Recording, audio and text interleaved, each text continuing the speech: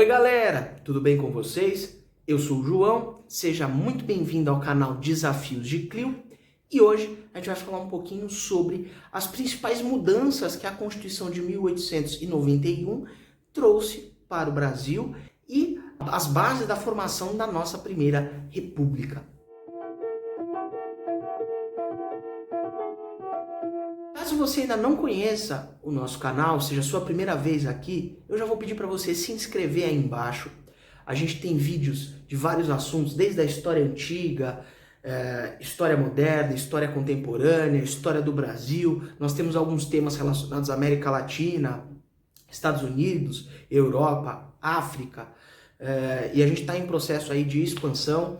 Então, se inscreva, seja muito bem-vindo e já deixa o seu comentário para mim, por favor. O Deodoro vai convocar a Assembleia Constituinte e ela vai terminar os seus trabalhos no dia 24 de fevereiro de 1889, onde é promulgada a Constituição, a nossa primeira Constituição republicana. E ela vai ter como base principal o federalismo norte-americano. Então, muito da influência da Constituição de 1891 será da Constituição americana, que garantiria autonomia aos estados, garantiria o federalismo e o liberalismo. Então, a partir da Constituição de 1891, cabia aos estados organizar as suas forças públicas, as suas polícias estaduais, e também os estados poderiam pegar empréstimos no exterior sem depender da União.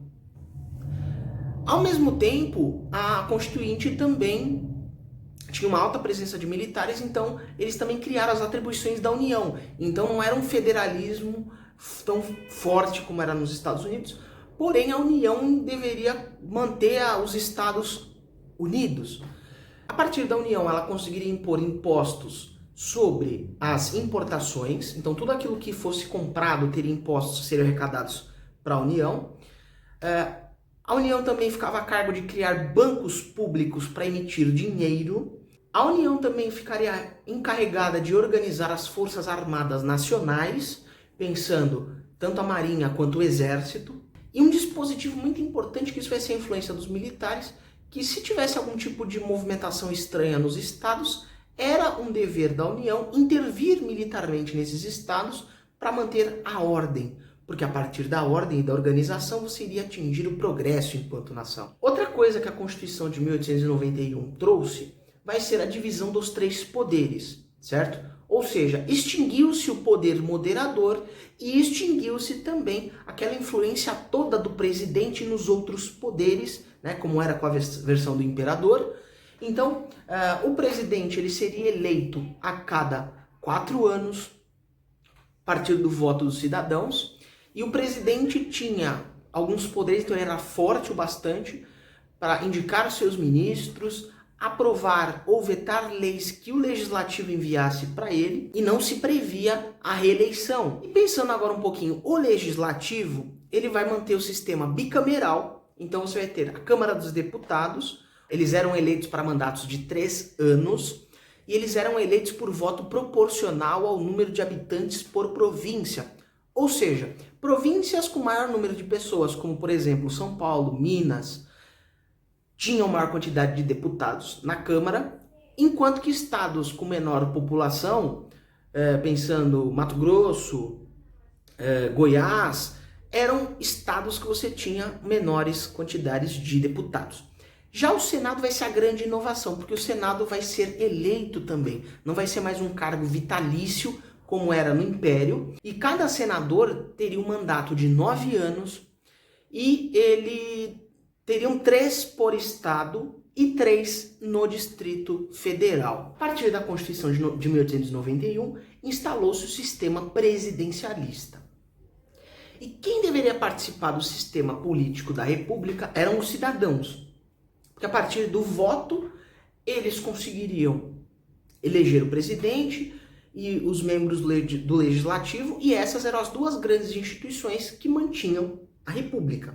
E quem que era considerado cidadão?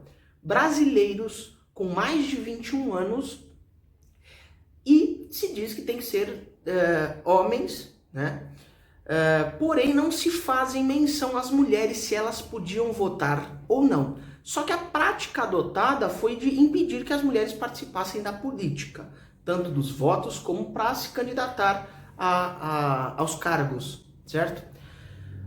E além disso, ficava explícito que os analfabetos não poderiam votar. Então qual que é a grande cartada aqui? Você tem uma parcela mínima da população que poderia participar das eleições. Então, a partir disso, você tinha uma democracia, mas não era todo mundo que participava. A Constituição de 1891 determinou que o primeiro presidente, o primeiro vice seriam eleitos por voto indireto, ou seja, a Assembleia Constituinte, que virou a Câmara dos Deputados,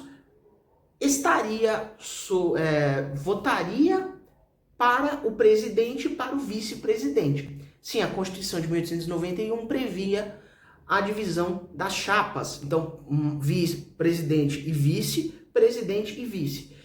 E quem vai ser eleito nessa chapa vai ser o Deodoro para presidente, que era de uma das chapas, e o Floriano Peixoto, que era o vice da outra chapa. Então, os dois formam o primeiro presidente e o primeiro vice-presidente da República. A Constituição também garantia os direitos fundamentais, como a liberdade dos cidadãos, a segurança e o direito à propriedade. E outro grande fator que vai ser muito importante aí para o Brasil republicano vai ser a separação entre Estado e Igreja.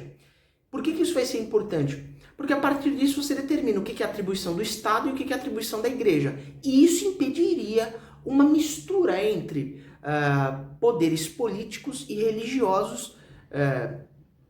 E esses republicanos talvez estivessem certos. É uma pena que a gente não ouviu eles lá atrás, né? Criou-se uma série de registros civis. Então, o registro de nascimento, o registro de casamento e o registro de óbito, todos os registros civis. E, ao mesmo tempo, os cemitérios que antes eram de organizações vinculadas à Igreja Católica, a partir da Constituição de 1891, esses cemitérios foram transferidos para a administração dos municípios. Então, ocorreu esse afastamento em relação a essas práticas, e também a Constituição de 1891 garantia a liberdade de culto e também ela previa a naturalização. Esses dois pontos vão ser fundamentais para o projeto imigrantista, ou seja, o projeto de migração que estava acontecendo desde o final dos anos de 1870, certo? Que vinha crescendo, e que a partir da República, estados como São Paulo, por exemplo, vão incentivar a entrada de imigrantes, ou mesmo a imigração espontânea. Com isso você garantiu uma integração maior desses imigrantes e mantinha esse projeto. Então basicamente é isso, gente. Então eu já queria pedir para você deixar o seu gostei, comenta aí embaixo alguma coisa que ficou relacionado ao vídeo, ao assunto que você está trabalhando, que isso é muito importante, essa interação, para que o canal continue crescendo e que o YouTube me recomende para outras pessoas que não conhecem o meu trabalho aqui no YouTube. E principalmente porque a questão de montagem de roteiro, a edição, divulgação, tudo sou eu que faço, então isso também ajuda muito. E uma outra coisa que é importante também é o compartilhamento. Então compartilha com um amigo seu, com o seu melhor amigo que não conhece o meu trabalho, vai me ajudar bastante. E lembre-se sempre, dúvidas e desafios, chama a Clio.